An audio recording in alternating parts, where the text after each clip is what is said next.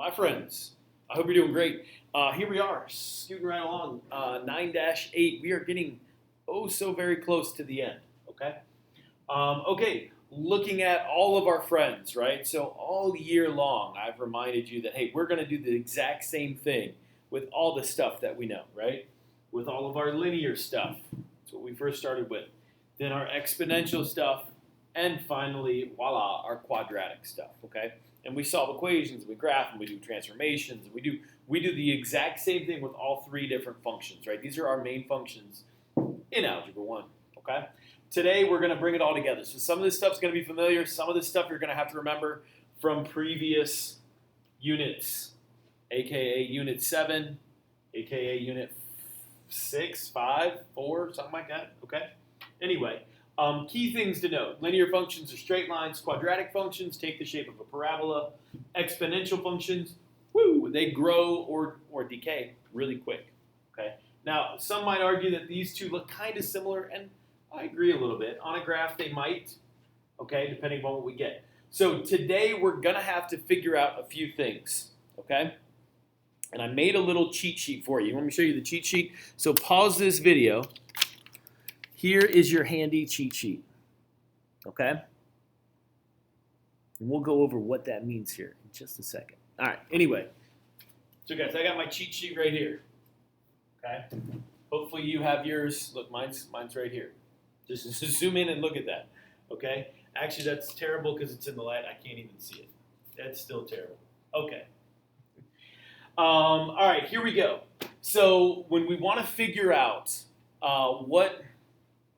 what kind of graph or function does this data represent, okay? We can do that a couple different ways. Can we use our friend Desmos? Of course we can. Of course we can. We would need to enter these 5 ordered pairs into Desmos and then look at them, right? As luck would have it, guys, I've conveniently done that, okay? All right. Here they are right here. We will turn that on. Now, this doesn't look like much. Oh, I'd really like this to be, hold on, we got to make that go to its home screen. Hold on. This will be all better here in a second, folks. Move over. There we go. Okay. So those dots look good. If you would like, guys, if you click and hold, it brings up all of this. Lines. Watch what happens. Right? It'll play connect the dots. Okay? So there you go. Now, again, is this perfect? No, because Desmos does not do curves, right, when we do this. So I would say, what shape does that have? Yes, I think we can all agree. This has the shape of a quadratic function. Good job, everybody. I need this to go over just a little bit so I can hop back here. Okay? So quadratic function here. Again, here's another set of ordered pairs. I have conveniently taken the liberty of putting this one on Desmos. Let's turn this one on. Here we go. There it is again. Click and hold. Bam. What does this one look like? Again, decreasing really quickly here, okay? So obviously, this one would take the shape of, that's right, you guessed it, an exponential function. Okay, so this is how this works. Now, what were to happen if Desmos were to break? Well, hopefully it never does. Again, here's another one. Let's take a look at this one. Turn this function on. Again, click and hold. Let's go with the orange color. I'm feeling orange right now. Orange, you excited? It made a straight line. Obviously, this one is linear. Okay? Good deal. All right, linear on that one. And one more, just for, I mean, this is just good fun, right? Okay, again, it takes a little bit of time to enter these in. And again, guys, notice we're entering all the ordered pairs together, separated by a comma. Okay, if you don't do that, Desmos will just graph each point individually, and then you won't be able to do the fun connect the line feature. Okay, ooh, look, we can make them dash lines, solid lines, whatever. Desmos is so much fun. Obviously, this one takes our quadratic shape. Okay? All right. Beautiful. Love it. Okay. This is where our cheat sheet will come into play, guys. So if we have a table, now remember, or we could have done the same thing. Ordered pairs, just a collection of data that we could really get from a table. These are the ordered pairs: -2, -1, -1, 1, 0, 3, 1, 5, so on and so forth. Okay. If we want to, it says look for a pattern. So as we typically would do, we're going to look at our differences first, right? So I'm going to say, okay, yep, if we go from this x value to this one and to this one and to this one, right, we're adding 1 each time, right? Hopefully you guys can see that. Now, what happens to my y values? What are we doing here? Okay, so adding 2, same thing, right? So when we see this constant increase or decrease, right, by the same number every time, guys, that tells me that it is linear, right? It is constant. Okay? Beautiful. Okay, that wasn't so bad. That's what we're going to do in these next few. Okay. All right, now they're going to get a little bit trickier, right? Linear ones, I think, are probably really easy to see from a table or from ordered pairs. All right, if we're looking at these, -2 to -1, -1 to 0, 0, right? Same thing. Adding 1 here. I should just stop and say linear, right? No, somebody back there said it. No, you got to look at the y's. So what's going on here? What's going on here? What is this? This is going down by 24. Okay. This is going down by 8. Ooh. This is going down by some other terrible number, right? This is going down by 2 2/3 or something like that. Okay, so clearly not linear. So it's one of our other two. Okay. Again, refer back to your cheat sheet if you need to. Okay. So if the first, and guys, we call these the first differences, right? If the first differences are equal to each other, then it's linear. Okay. When that doesn't happen, we look at our second differences. Now, again, second differences, subtract these numbers from each other.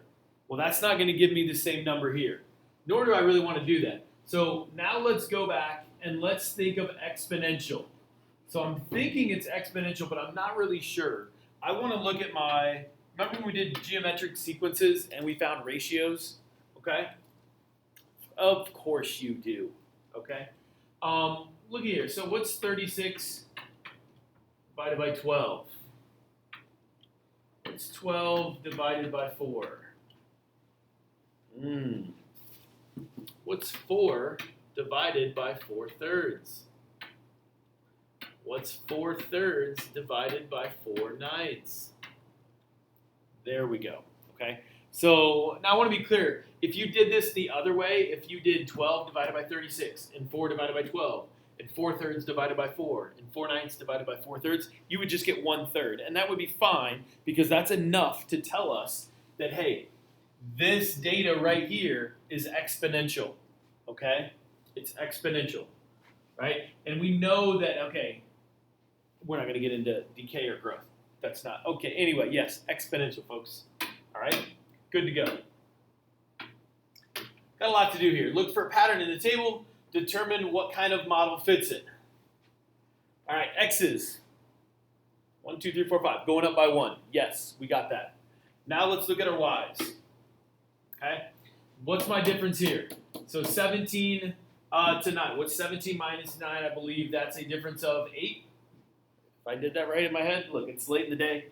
Subtraction. 33 and minus 17. What is that a difference of? Let's see, 13 and what, 16? Okay. All right. 57 and 33. What's that a difference of? 24? Okay, what's this a difference of? 32. Okay, so my first differences are not equal to each other because 8, 16, 24, 30, those do not work. Okay, so now maybe we did what we did before, right? And say, okay, what's 17 divided by 9? Or in this case, 9 divided by 17. As long as you're consistent, that will still work. I'm not going to get the same number. okay, if I keep doing all those ratios, right, is what I wrote on the thing. So then we have to look at our second set of differences. So pretend that, hey, we just are going to start here now. What's the difference between these two numbers? 8. What's the difference between these two numbers? Aha! And these two numbers. There you go. This is how we identify quadratic data. If the second set of differences, right? This was the first set of differences, okay? This right here is the second set of differences. And those are all equal to each other. It's that number 8. We see it right there. So that means this one is quadratic. Ah, it's kind of like a fun little game, isn't it? All right. You guys want to try? If you want to try this one, you can. Again, look at your x's. 1, 2, 3, 4, 5. Easy enough. Those all go up by 1. Look at your y's. 96, 24, 6, 3 halves, 3 eighths.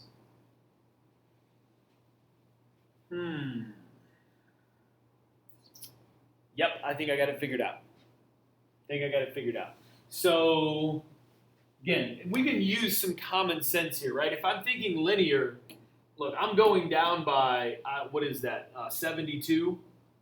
Okay, then I'm going down by 18. Okay, stop right there, not linear.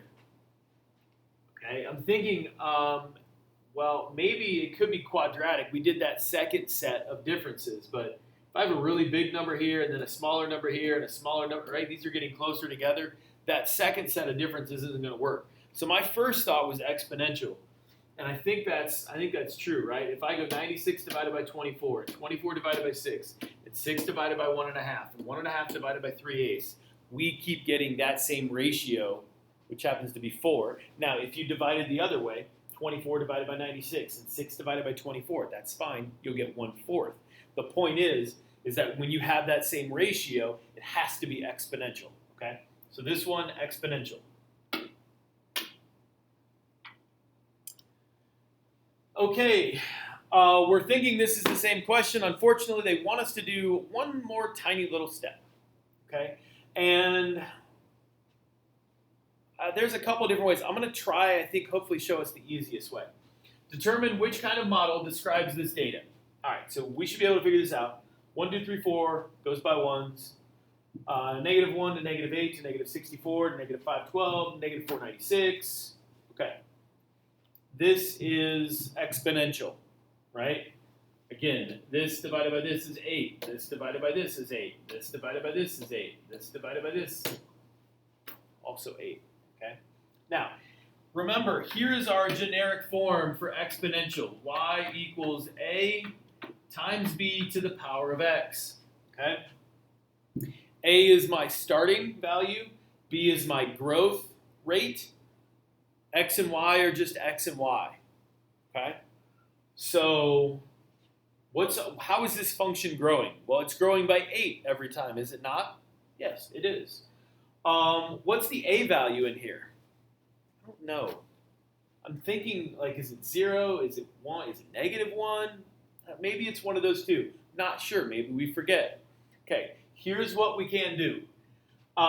If we use our standard form along with Desmos in this table, it will tell me what my A value and my B value are.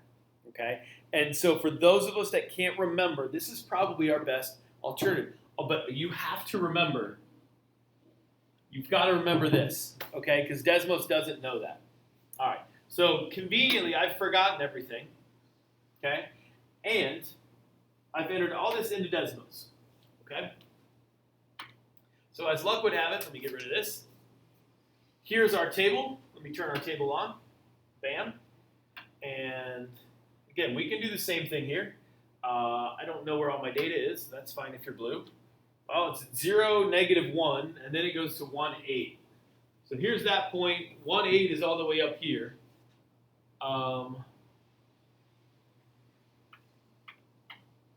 There we go. Maybe move this over a smidge. Zoom out. Okay.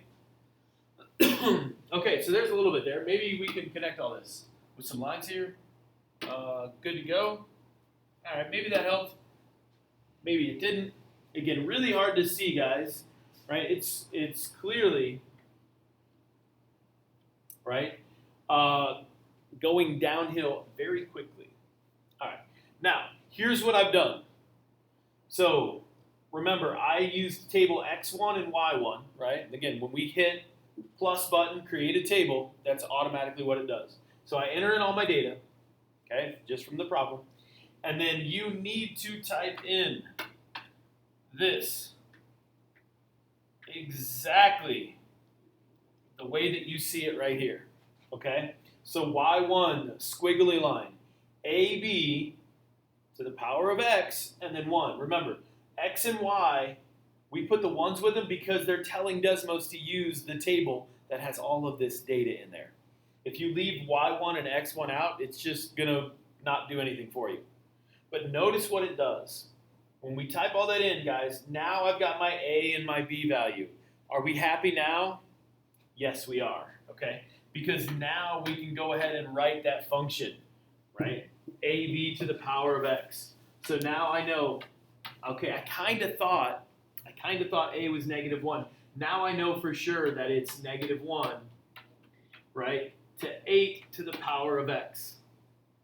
Can I just say -8 to the power of X? What do you think? Can I just go ahead and multiply these two things together? No, don't do that. Don't do that. Remember, order of operations says at 8 gets raised first. Then we can multiply that by -1. Okay?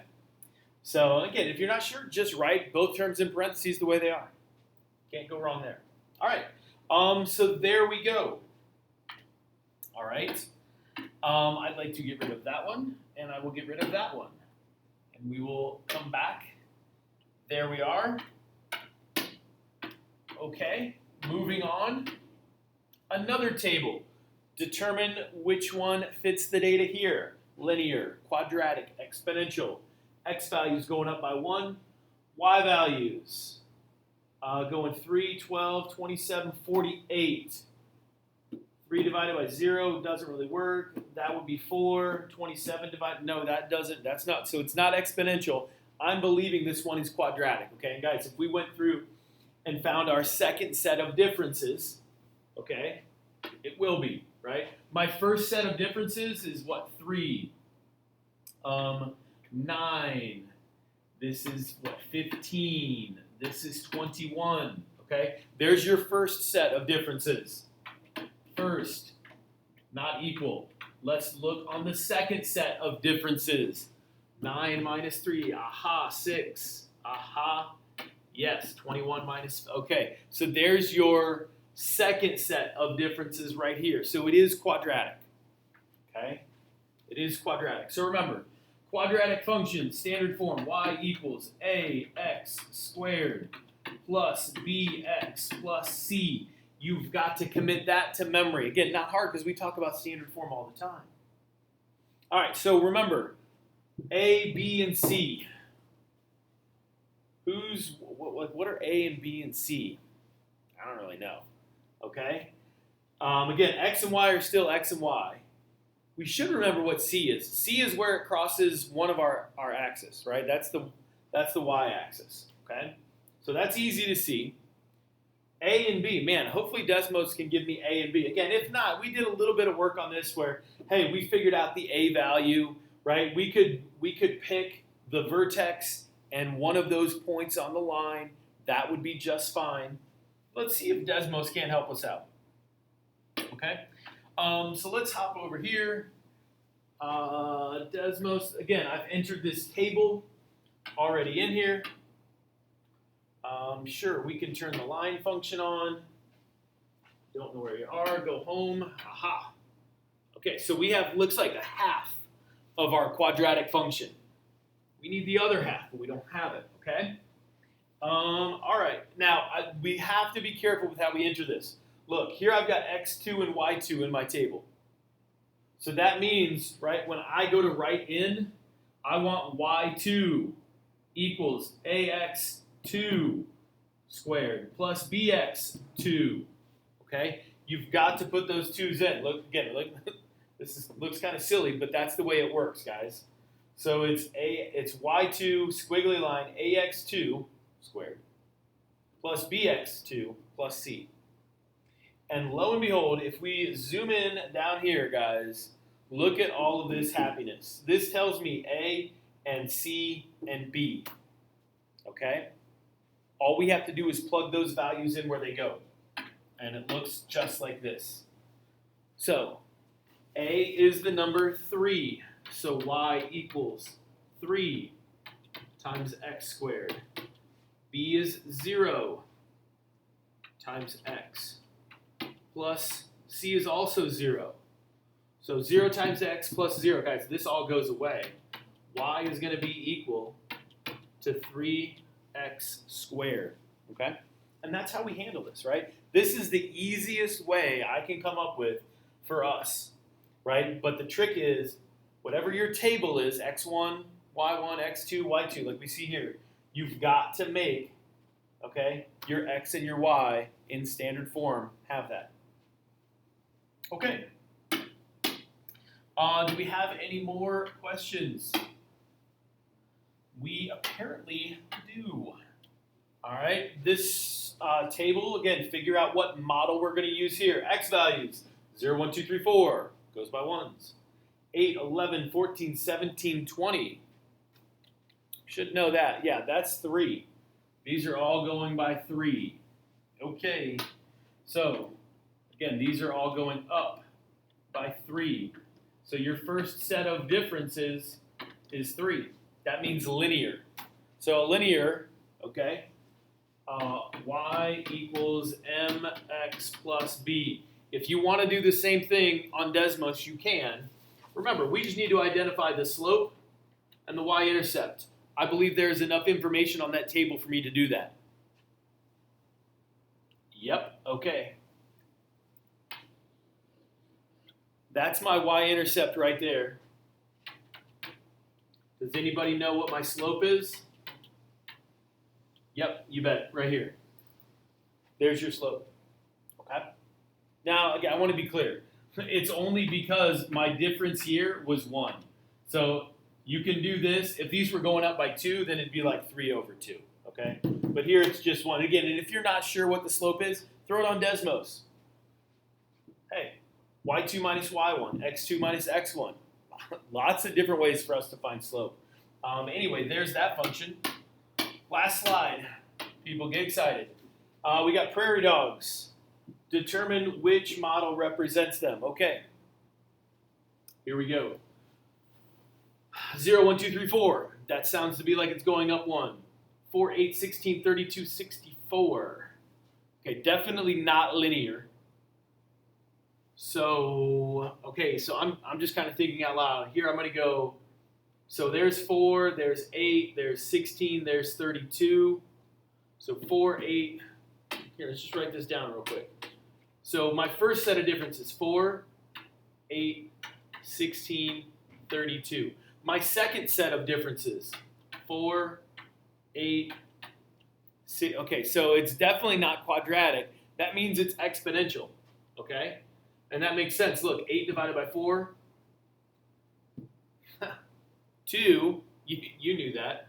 16 divided by 8, 32 divided by that. Okay, 64 divided by 30. All right, so there you go. So our growth rate here is A2. Okay? All right, so standard form, y equals a b to the power of x. Remember, a is the starting quantity, b is the growth rate. We should be able to know what those two are from that table. Okay, so where did our population start? 4. How is it growing? It's doubling. Okay, good to go. Again, if you didn't know, do the same thing we did before on Desmos. Plug that table in.